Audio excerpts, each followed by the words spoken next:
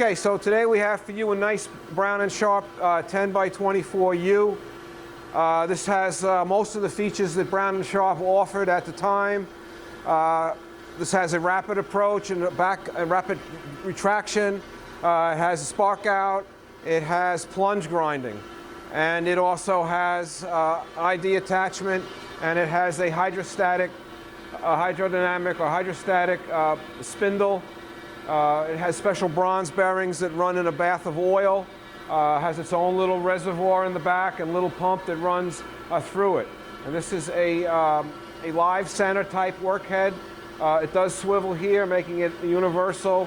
This is I believe this is a A2 taper on here. You have to check the quotation. This is your tailstock. Wheelhead could use 2 wheels because you can rotate this wheel slide. It has two different swivel, actually 3 different swivel points. You can swivel just the top part. You can swivel the middle section, which kind of is an eccentric, and will allow you to bring the whole thing in or out, depending on if you're ID grinding or have a short wheel on here like there is right now. You need to get close. You'd want to accentuate this all the way toward the front. We've had this all apart and have that all cleaned up, so that will be easy to do. So right now it's set up for a quick plunge grind. I'm going to pull this lever, the slide's going to come in, workhead's going to start, and we're going to start to feed. And when it gets to the stop, to 0, this timer is going to come on, this red light.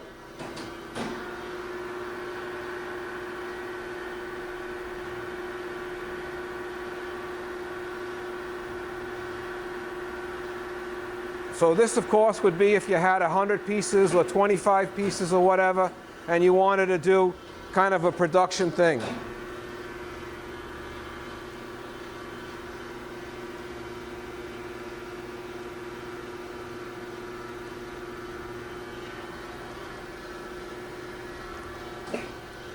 So this actually has, behind the hand wheel, if you're familiar with the Brown & Sharpe, there's lots of tapped holes to put different stops for how far it retracts back each time and where to set your final size. There's also some cams. When it gets to 0, it triggers a switch down there that starts your spark out timer.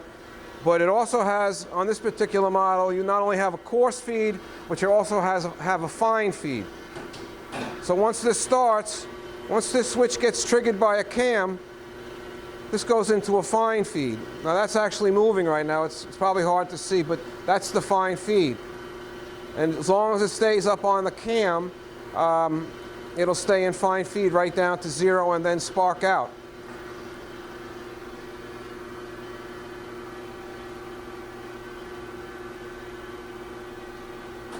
Okay. So over here, this is set to plunge. If I want to do traverse, I have to set that to traverse. And now, when I come in, it's going to start the table moving.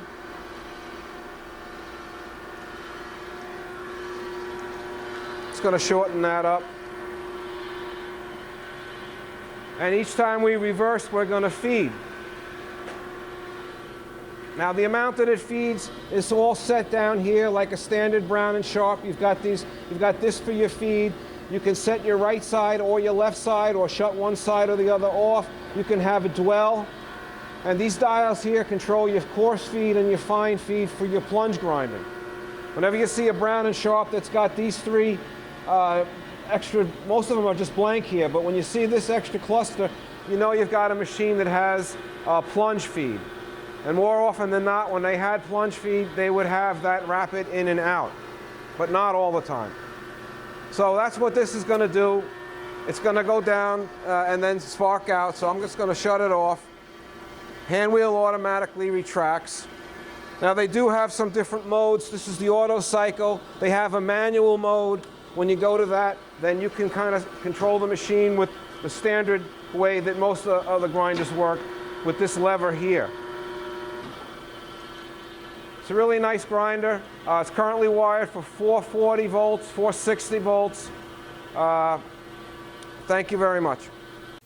All right, so now we've got the machine with the fold-down ID attachment. And we're going to turn off the external grinding wheel over here and flip this switch over to internal grinding. And we're also going to turn this in-feed, I don't even know what you'd call it. You have external and for internal, there's a neutral and there's a coarse. So when you really want to move back and forth quickly, you have the coarse.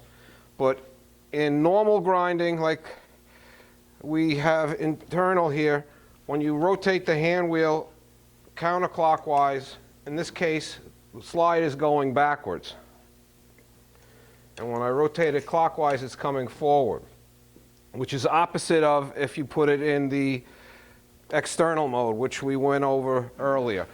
So anyway, when you put this in this external mode, internal mode, and this on this internal switch here, electrically inside the machine, it makes some changes. You no longer have a rapid approach. You actually no longer have an automatic cycle. In other words, you're not going to have a spark out. It's all for safety. They don't want the wheel slide going back while you've got your stone inside of a bore. So we're going to go ahead and turn it on. I'm going to start the pump. Give it a few minutes, seconds to start the spindle. Well, that's the ID spindle starting up. I've got the stops put together closely. Now to start the table moving and the workhead turning, you have to use the manual lever over here. So this would normally and does start the workhead, and this will start the table to move. Down here you can adjust the speed of the table, and you can feed in by hand. You can set a stop on here, and you can put your lever back down so your positive stop is up, and you can grind to a positive stop. And you can change that position by changing this dial here, this outer dial, and we talked about that earlier. So that's how you would do your ID grinding. And now when we stop this, you could have automatic.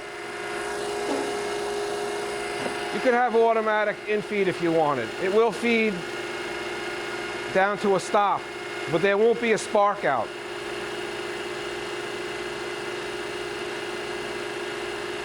The full automatic cycle is really for OD grinding, where you have a spark out and a rapid retraction after the grind is over.